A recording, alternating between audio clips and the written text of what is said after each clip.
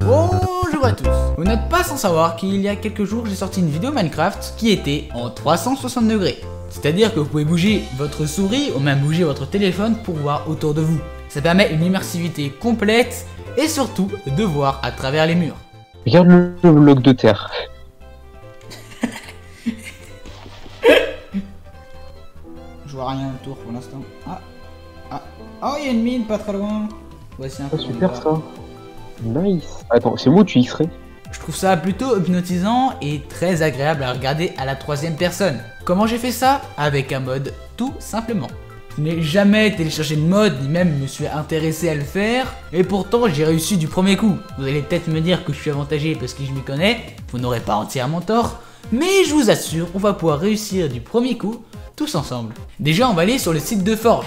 En gros, Forge est une sous-application de Minecraft qui va tout simplement simplifier et unifier la création de mods.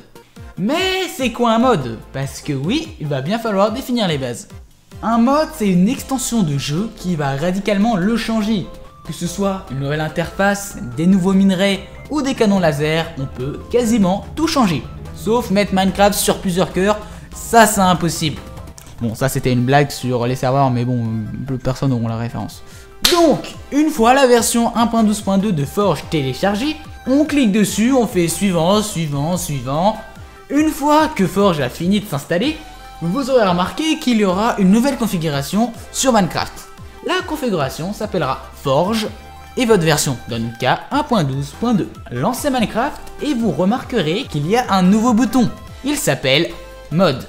Dans les nouvelles versions de Forge, il suffira tout simplement de cliquer sur le bouton Mode et dossier des mods pour accéder à l'endroit où sont stockés tous les mods de votre jeu. Mais pour Forge 1.12.2, c'est différent. Et la technique est un peu plus compliquée. Déjà, faites Windows R.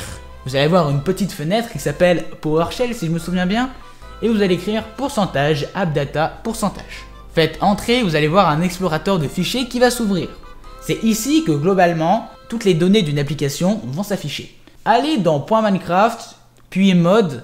Et c'est ici qu'on va devoir coller les deux modes qu'on a besoin pour pouvoir voir en 360 degrés.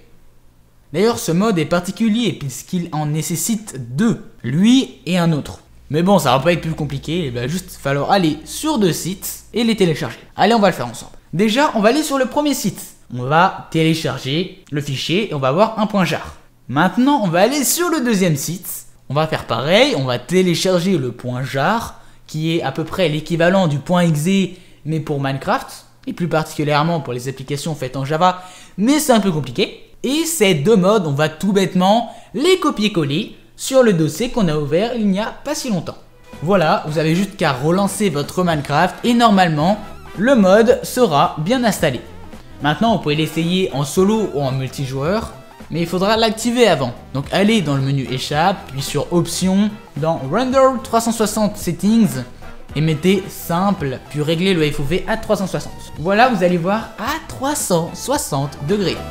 Mais bon, vous aurez compris que voir à 360 degrés alors que votre champ de vision est même pas de 80 degrés, ça va pas rentrer. En effet, ça va être très comprimé ou étendu par rapport à la version.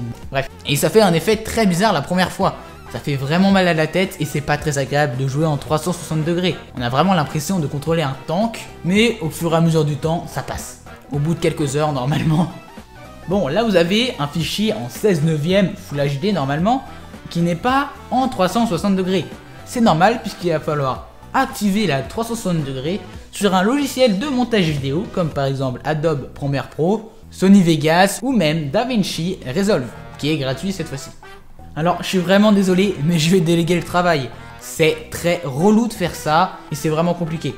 Si vous avez de la chance, ça sera peut-être auto-détecté par Premiere Pro, mais bon. Bref, je vous mets les excellents tutos d'Adobe dans la description et quelques tutos plutôt bien pour Sony Vegas et DaVinci Resolve. Tout est dans la description, donc si vous avez le moindre doute, n'hésitez pas à aller dedans. Alors, il va falloir que je vous explique pourquoi est-ce qu'on a besoin d'utiliser un plugin. À chaque fois qu'on va créer une vidéo sur son PC, ça sera dans un certain format. Le 4 tiers, ça va être 4 unités de longueur, 3 unités de largeur. Le 16 neuvième c'est pareil, c'est 16 unités de longueur. 9 unités de largeur. La majorité des formats sont en 16 neuvième, les vieux formats sont en 4 tiers et on peut en trouver de temps en temps en 5 quarts ou en 16 dixièmes. Mais bref. Donc quand vous enregistrez votre écran, vous aurez une vidéo en 16 neuvième, alors que pourtant on doit l'enregistrer en 360 degrés.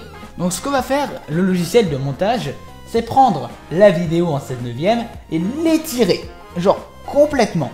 Et donc le problème de ça, c'est que pour de la Full HD, ça va être tellement étiré que on va avoir l'impression de regarder du 480p.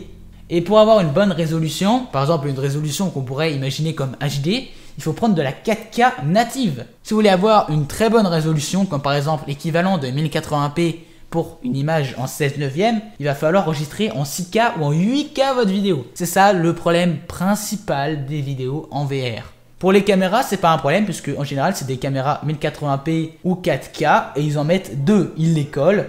Chaque caméra enregistre 180 degrés du champ de vision et en tout ça fait 360 degrés. En vérité, le plugin qu'on va rajouter, on peut le faire avec Python, mais c'est un peu compliqué donc je vous l'ai pas mis. En fait, Premiere Pro va juste dire cette vidéo est en 360 degrés, ouvre-la avec le bon programme, sinon ça va bugger. Et après, Google va s'occuper tout simplement de faire quasiment le plus dur, c'est-à-dire de créer un codec qui permet de regarder autour de soi. Alors, un mode très utile et qui est bien plus intéressant que le mode que je vous ai présenté dans cette vidéo, c'est le même mode, sauf que c'est un remake fait quelques années plus tard. Flex FOV, c'est le nom de ce mode et ça permet de voir en 360 degrés, quasiment pareil en vérité, mais sur les versions récentes. Dans mon cas, c'est la 1.16.4, mais bientôt la 1.17 va sortir. Je vous conseille vraiment ce mode, il est plus optimisé, genre vraiment beaucoup, alors que pourtant c'est une version plus récente, c'est pas très logique, mais tant mieux. Il est plus agréable à utiliser et il lag moins. Donc vraiment c'est un bon mode, mais pourquoi est-ce que je l'ai pas mis dans cette vidéo à votre avis? C'est tout simplement car à cause de la mise à jour du Nether, le Nether était beaucoup mieux optimisé. Et en fait, ce genre de mode, ce qu'il va faire, c'est qu'il va générer 6 fois le monde. Et il va enregistrer 6 fois chaque bout du monde. Chaque monde va enregistrer à peu près 60 degrés, et donc ça va coller globalement 60 degrés de chaque monde. C'est pour ça que c'est mal optimisé d'ailleurs. Mais sur le Nether, ils ont fait quelque chose. On peut voir qu'il n'y a qu'un seul rectangle, on va pouvoir voir. En fait, tout ce qui est en dehors du champ de vision, normalement, devrait ne pas être affiché puisque ça ne sert à rien de l'afficher. Dans ce cas-là, c'est une très bonne optimisation car tous les blocs qui ne sont pas affichés vont être en blanc et ils ne changent strictement rien, il y a juste les textures qui disparaissent et les animations, ce qui est déjà un grand gain de performance. Voilà pourquoi je vous montre pas ce mode dans cette vidéo, mais vous pouvez très bien l'utiliser, juste dans le Nether ça sera un peu moche.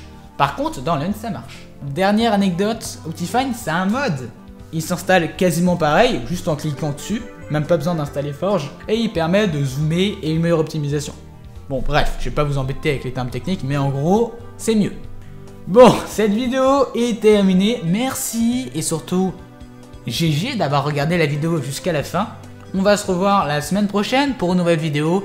Sachez que je suis en stream quasiment tous les jours sur Twitch, qui est une plateforme de direct globalement. N'hésitez pas à vous abonner, à liker, partager, et même à rejoindre mon serveur Discord, faites-vous plaisir. Bref, on se voit la semaine prochaine, salut à tous, c'était Screeny.